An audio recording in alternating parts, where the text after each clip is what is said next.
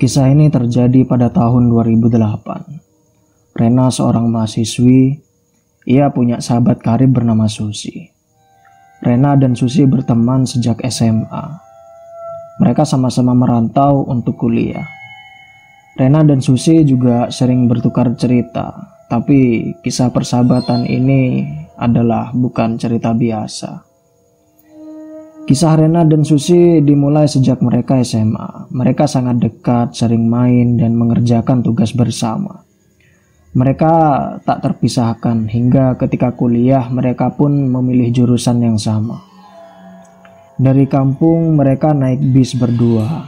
Pontang-panting mereka kesana kemari mengurus daftar ulang dan berbagai persyaratan. Tapi dengan bersama semua jadi lebih mudah. Di kampus mereka menemukan teman-teman baru. Tapi perasaan senasib sepenanggungan membuat mereka tetap dekat. Mereka tinggal di kosan yang sama walau kamar mereka berbeda. Di semester 3 ada sesuatu yang membuat hubungan persahabatan mereka memburuk. Ada jebakan bernama jatuh cinta ke orang yang sama. Rena yang pertama kali mengenal Doni, senior dari jurusan yang berbeda. Reni mengenalnya di sebuah UKM kampus. Doni, si senior yang terkenal petakilan itu, menarik hati Rena. Sedangkan Susi mengenal Doni karena sebuah tugas kampus. Ia memerlukan sebuah buku dan setelah kesana kemari mencari info, salah satu temannya yang merupakan adik tingkat Doni menyarankan Susi untuk meminjam ke Doni. Dan dari SMS-an untuk pinjam-meminjam berujung SMS panjang lebar bertukar cerita.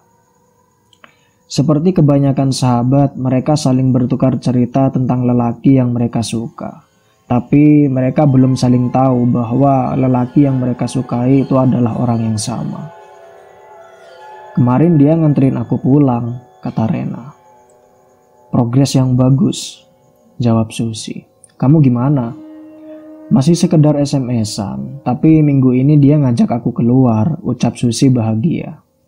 Wah, mantap tuh. Malam Senin, Rena sedang di kamarnya menonton drama di laptopnya. Sesekali ia membalas pesan dari Doni. Padahal hari itu Doni lagi jalan berdua sama Susi. Setelah sekian lama, pintu kamar Rena diketuk. Rena melepas headset lalu berjalan ke pintu. Di depan pintu di sana tampak Susi, tersenyum sumringah. Jadi, kata Susi. Jadi bagaimana? Aku sama Kak Doni udah jadian, ucap Susi bahagia. Kak Doni? Rena bertanya-tanya dengan heran. Itu cowok yang sering aku ceritain. Tadi dia nembak aku di depan, kata Susi senang. Sedangkan wajah Rena langsung berubah. Kak Doni yang jurusan fisika, ucap Rena lagi memastikan. Iya. Oh iya, aku kan belum pernah nyebut namanya ya. Iya. Hehe. Selamat ya Sus, ucap Rena yang sebenarnya di hatinya terasa berat sekali. Tinggal kamu yang semangat biar bisa double date kita, kata Susi memegang tangan Rena. Rena tampak tak bersemangat. Kamu kok lemes gini? Kamu sakit? Tanya Susi. Iya nih, aku mau istirahat. Mau aku cariin obat? Gak usah, aku mau tidur aja, kata Rena. Ya udah kalau gitu aku balik ke kamar dulu ya, mau mandi. Kalau kenapa-napa kabarin ya Ren. Iya, sahut Rena lemah. Ada yang remuk tapi bukan mie instan. Ketika pintu tertutup, Rena langsung terduduk di depan pintu. Ia dan Doni memang masih PDKT aja, tapi perasaannya sudah terlanjur dalam. Ia sudah terlalu berharap. Tapi tidak ada yang lebih menyedihkan dari harapan yang terpaksa mati. Susi adalah sahabatnya. Dan ada sedikit kesal dalam hatinya. Sejak hari itu Rena berubah. Ia mulai menjauhi Susi. Rena tahu Susi tak berniat mengambil Doni darinya. Tapi orang yang jatuh cinta kan biasanya jadi goblok. Nah, Rena tetap merasa marah dengan Susi. Rena berpikir apakah dia yang baperan. Lalu diperiksanya lagi SMS-nya dengan Doni. Ah, Doni memang semanis itu padanya. Memang Doninya juga yang brengsek. Tapi namanya goblok ya goblok. Kalian mungkin pernah di posisi gini, kesal sama orang walau tahu dia nggak salah. Logikanya mati dan segalanya disetir oleh perasaan. Pernah Rena bertanya kepada Doni, "Kok Kak Doni SMS-nya manis gitu dulu sama aku? Padahal kan lagi PDKT sama Susi." Lalu Doni cuma menjawab, "Aku nggak tahu kalau kamu sahabatnya Susi. Lagi pula aku baik ke semua cewek kok." Pernah suatu malam sekitar pukul 2 Rena terbangun. Tiba-tiba ia kebelet pipis. Kebetulan kamar mandi kos itu ada di luar, jadi Rena berjalan keluar. Dan alangkah kaget Rena ketika melihat Doni keluar dari kamar Susi dengan mengendap-endap. Doni hanya menoleh lalu memalingkan muka. Menurut kalian Doni habis ngapain sama si Susi? Bisa ditulis di kolom komentar ya. Dan 2 bulan setelah Rena menjauh, di kantin kampus Susi menemuinya. "Kayaknya kita perlu ngobrol deh," kata Susi. "Kayaknya kamu berubah banget akhir-akhir ini, Ren." "Kamu yang berubah, Sus. Sejak kamu punya pacar, kamu lupakan sama aku." "Bukannya kamu yang menghindar," kata Susi membela diri. "Aku nggak kuat, Sus. Aku nggak kuat," kata Rena bergetar sambil menahan tangis. "Ada apa, Ren? Ada apa? Kamu ingat orang yang dulu sering aku ceritain?" "Iya, itu Kak Doni, Sus," kata Rena. Lantas Susi kaget. Ia kini mengerti kenapa Rena menjauh. "Tapi aku nggak tahu, Ren." "Iya, kamu nggak salah. Cuma aku yang nggak kuat liatnya. Aku terlanjur suka sama Kak Doni, Sus," kata Rena. Ia menyeka air matanya. Susi serba salah. Ia sayang ke Doni, tapi ini menyangkut persahabatannya dengan Rena. Sore itu ketika hujan mulai turun rintik-rintik, Susi pulang dengan sepeda motornya. Perasaannya tidak nyaman. Malam itu ketika hujan turun dengan derasnya, pintu kamar Rena diketuk. Rena membuka pintu dan di sana terlihat Susi di depan pintu. Wajahnya kusut, bukan Susi yang Rena kenal. Bajunya juga basah kuyup dan ia hanya menunduk. "Kamu kenapa, Sus?" tanya Rena. "Boleh pinjam handuk? Aku mau mandi, kunci kamarku hilang," kata Susi. Bagaimanapun juga Susi temannya dan diambilkannya handuk dan pakaian ganti. "Pakai pakaianku aja." "Nggak usah," sahut Susi. Ia lalu pergi ke kamar mandi. Dan di saat itu Rena seperti mencium aroma melati. Setelah itu Susi tak muncul lagi, tapi Rena berpikir mungkin Susi sudah dapat kunci cadangan dari ibu kos dan kembali ke kamarnya. Pagi harinya ketika Rena keluar kamar dan hendak mandi, handuk itu tergeletak di depan kamarnya. Dan sekitar 3 hari Susi tidak masuk kuliah. Teman-teman menanyakan kabar Susi ke Rena. Mereka taunya Susi dan Rena begitu akrab, tapi Rena tak tahu kabar Susi. Pesan yang ia kirim juga tak ada balasan. Dan malam pukul 9, Rena baru pulang dari kampus. Ia melalui kamar Susi dan dari dalam kamar terdengar suara, "Ren, tolong, tolong." Itu suara Susi. Rena berusaha membuka pintu tapi terkunci. "Kamu kenapa, Sus?" tanya Rena. "Ren, tolong." Hanya itu suara yang terdengar. Kemudian Rena mencari ibu kos, tapi ibu kos lagi keluar. Rena sedikit panik, lalu ia ingat mereka pernah bertukar kunci cadangan. Ia saking dekatnya mereka dulu, mereka sampai begitu. Ia ke kamar dan mencari kunci di lemari. Kunci itu ditemukan di laci lemari. Maka ia lalu berlari ke kamar Susi dan buru-buru membuka pintu. Lampu kamar mati dan ketika Rena menyalakan lampu tidak ada siapa-siapa di sana. Apakah Susi mengerjainya? Pikiran itu muncul di kepala Rena. Bisa saja Susi pergi saat Rena sibuk mencari kunci. Tapi untuk apa? Untuk apa Susi iseng begitu? Lalu setelah itu Rena malam itu tak dapat tidur. Ia yakin sekali itu suara Susi, tapi kenapa kosong? Pikirannya campur aduk malam itu. Lalu pintu kamarnya terdengar ada yang mengetuk. 3 kali ketukan itu membuat Rena melek lagi setelah mulai mengantuk. Setelah pintu dibuka tidak ada siapa-siapa di sana. Hanya aroma melati yang menusuk-nusuk. Bulu kuduk Rena mulai merinding dan ia ingat cerita salah satu penghuni lama bahwa pernah ada penampakan di kosan itu. Dan seminggu lamanya Susi tidak ada kabarnya. Dihubungi temannya di kampung, apakah Susi pulang? Tidak juga. Susi tidak pulang ke kampung. Itu seperti bukan Susi yang Rena kenal. Susi selalu cerita ke Rena apapun yang terjadi. Tapi gara-gara Rena menjauh juga hal ini terjadi. Rena mulai merutuki dirinya sendiri. Kak Doni harusnya tahu Susi di mana, pikir Rena. Maka ia mencoba menelpon Doni. Disembunyikanlah semua sakit dan perih luka di hatinya. Sahabatnya lebih dari apapun, harusnya ia begitu sejak awal. Tapi Doni ketika ditelepon tidak bisa, di SMS pun tak dibalas. Esoknya Rena mencari Doni di kampus, tapi sudah seminggu Doni tak masuk, kata teman-temannya. Rena mulai menyesal mencari Susi. Palingan Susi sedang bersama Doni pergi entah kemana. Pacaran atau liburan berdua. Rena ingat saat Doni mengendap-endap keluar kamar di kamar Susi malam-malam. Sialan, dia yang enak-enak malah Rena yang panik. Rena mulai kesal lagi. Tapi malam itu Rena melihat Susi. Pakaiannya persis saat Susi datang ke kamarnya untuk meminjam handuk. Susi berjalan masuk ke kamarnya dan Rena menyusul. Sus.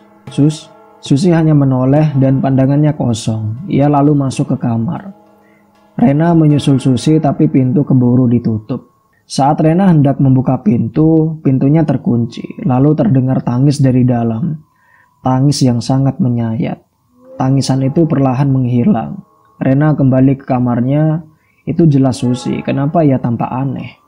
2 hari kemudian, koran memberitakan ada sebuah mayat seorang wanita ditemukan, tidak utuh. Dari kondisinya, polisi menduga sudah meninggal paling tidak 5 hari. Besoknya polisi datang ke kosan, memeriksa kamar Susi dan Rena. Rena juga dibawa ke kantor polisi untuk dimintai keterangan. Mayat itu adalah Susi. Rena kehabisan akal. Jelas sekali ia melihat Susi tadi malam. Mengingat kejadian beberapa hari terakhir, Rena menggigil takut. Polisi sempat mencurigai Rena karena ditemukan sidik jari Rena di pintu kamar Susi. Tapi setelah diinterogasi beberapa lama, Rena jelas bukanlah pelakunya. Lalu Rena pulang ke kos diiringi hujan deras. Karena basah, Rena langsung mandi. Ketika mandi, ia merasakan sesuatu di belakangnya. Dingin. Rena berbalik dan Susi berdiri di sana, menatap Rena dengan mata sayu. Mau apa kamu, Sus? Bisik Rena lirih. Sekujur badannya kaku, aroma melati menyergap. Tolong aku, Ren, kata Susi. Minta tolong apa? Tolong aku, Ren, kata Susi lirih. Ia tampak menangis. Rena melihat sahabatnya menangis. Ia seperti ingin memeluknya. Rena mendekat dan hatinya seperti teriris. Lalu saat Rena mendekat, Susi menghilang dari hadapannya. Perasaan Rena bercampur aduk antara sedih dan ngeri. Malam itu Rena tak dapat memejamkan mata. Apa maksud Susi meminta bantuannya? Kabar duka juga telah menyebar di kampusnya. Teman-teman Rena menghibur Rena, namun saat di kantin, Fahmi, salah satu teman sekelasnya, duduk di depan Rena. Aku mau kasih tahu kamu sesuatu, kata Fahmi. Fahmi ini adalah anak yang pendiam. Kuliah cuma kupu-kupu, kuliah pulang. Aku sudah seminggu lihat Susi ngikutin kamu, tapi aku gak berani ngomong. Maksud kamu? Iya, aku tahu Susi udah gak ada dari seminggu lalu. Bagaimana bisa? Aku bisa lihat yang goib-goib, Ren. Terus kenapa kamu baru ngomong sekarang? Tanya Rena. Susi yang nyuruh aku, Ren. Gimana caranya? Dia tahu aku bisa lihat dia. Jadi Fahmi ini gak suka dengan kemampuannya sebenarnya. Tiap lihat hal yang goib-goib dia pura-pura gak tahu. Soalnya kalau ketahuan dia bisa lihat, dia jadi repot. Ada yang minta tolong lah, ada yang ngajak ngobrol, dan ada juga yang usil.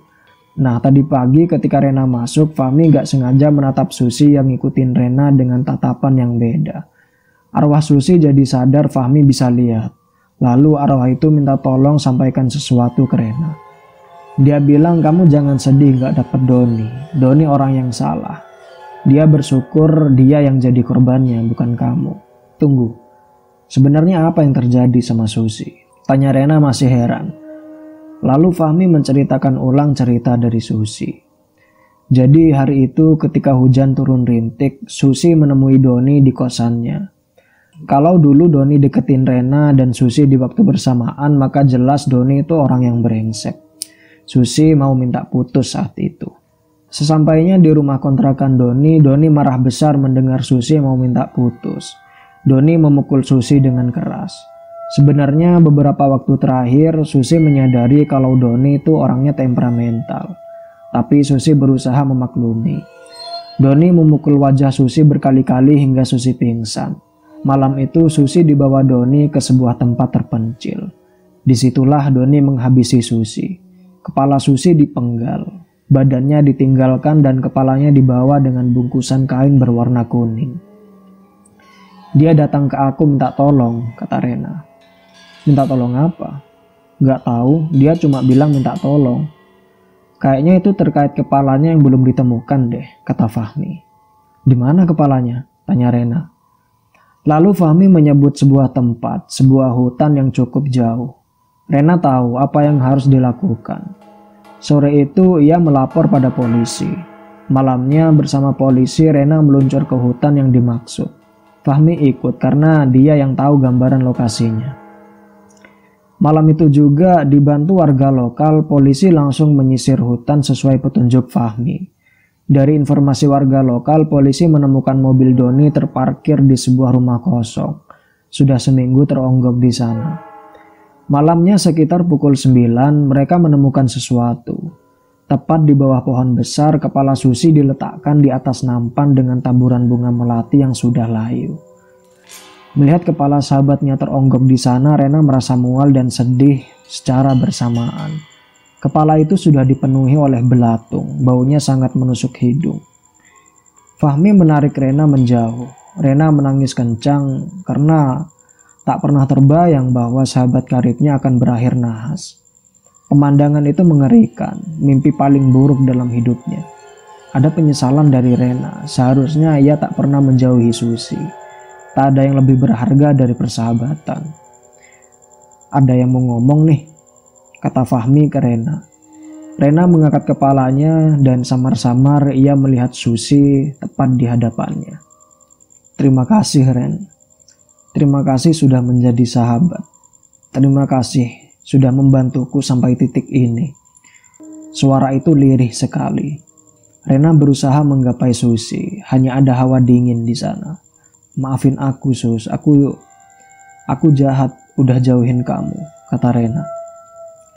Sudah selesai Ren, baik-baik ya kamu, kata Susi. Sekejap kemudian hanya ada aroma melati yang menguap di udara. Fahmi memegang pundak Rena. Subuhnya Doni ditemukan polisi hendak melarikan diri dari daerah itu. Kondisinya lusuh, sudah seminggu ia di hutan itu. Karena hal-hal gaib tentu tidak dapat diperhitungkan dalam penyelidikan, Rena dan Fahmi sempat diperiksa karena dapat mengetahui lokasi kepala Susi. Mereka diduga bekerja sama, tapi sama sekali tak terbukti. Kata Fahmi, kalau melihat bagaimana kepala Susi diletakkan dan Doni yang tetap berada di hutan itu, tampaknya Doni menganut sesuatu. Susi jadi semacam tumbal dan Doni di situ untuk menyelesaikan ritual. Tapi itu hanya asumsi, bisa saja Doni memang psikopat saja. Dan begitulah kisah Rena, ia dihantui oleh temannya sendiri yang menjadi setan. Tapi dalam wujud setan pun temannya itu masih percaya padanya untuk memohon bantuan. Dan begitulah persahabatan seharusnya, saling percaya dan saling membantu.